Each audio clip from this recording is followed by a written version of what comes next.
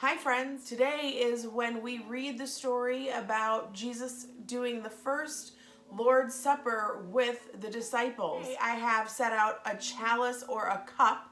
In church we would see wine in this. Today I have it's empty.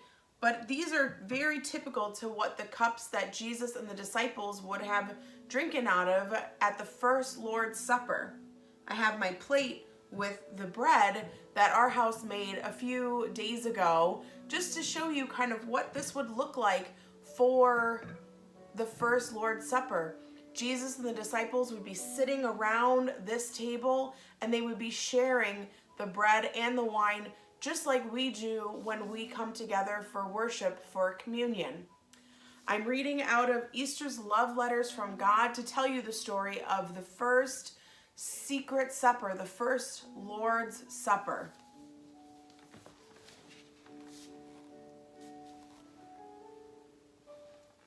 The disciples were ready for their secret supper with Jesus. Their feet were clean, the table was set, they were hungry. But Jesus was quiet. His eyes were sad as he looked around the table at his friends. He knew this would be the last meal they would ever eat with them. Jesus picked a loaf of bread and broke it. The disciples watched as crumbs fell to the table. "This broken bread is like my body," Jesus said. "My body will be broken for you." Then Jesus took a pitcher of wine. The disciples watched as he filled the cup. "This wine is my blood," Jesus said softly. "Whenever you eat bread and whenever you drink wine, remember me." What did Jesus mean? The disciples were scared. It sounded like he was going to leave them. "Don't let your hearts be troubled," Jesus said. "I am going somewhere wonderful. You can't come with me yet, but one day I will come back and take you there. It is a beautiful, happy place with lots of rooms. It's a home that's big enough for everyone, and I am going to get it ready for you." The disciples were still worried. How would they know how to get to this special place? But Jesus told them, "I am the way." Jesus whispered, "Believe in me. Be like me. Live like me. Love like me. Because I am the way to heaven." What are some traditions you have in your house? For us, eating dinner every night is a tradition. We make sure we're sitting together. We have traditions around holidays like 4th of July, Christmas, Easter, and around our birthdays. In our house, we have sprinkled pancakes on someone's birthday.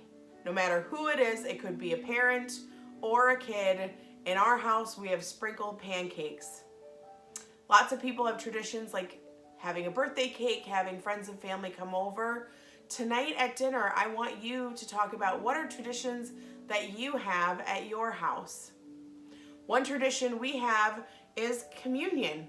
We have lots of other traditions like baptisms and lighting candles. Just like families have traditions, church has traditions like what we talked about today, communion.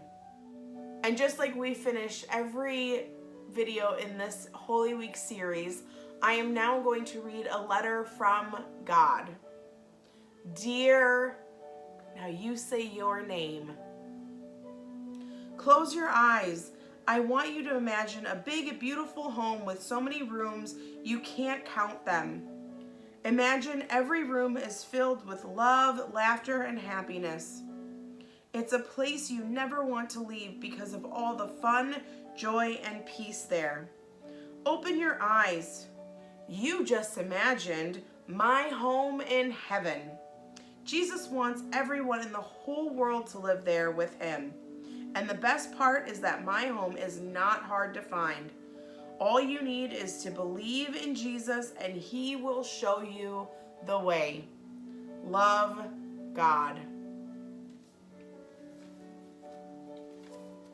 Boys and girls, I have shared some prayer station ideas that you can set up in your home.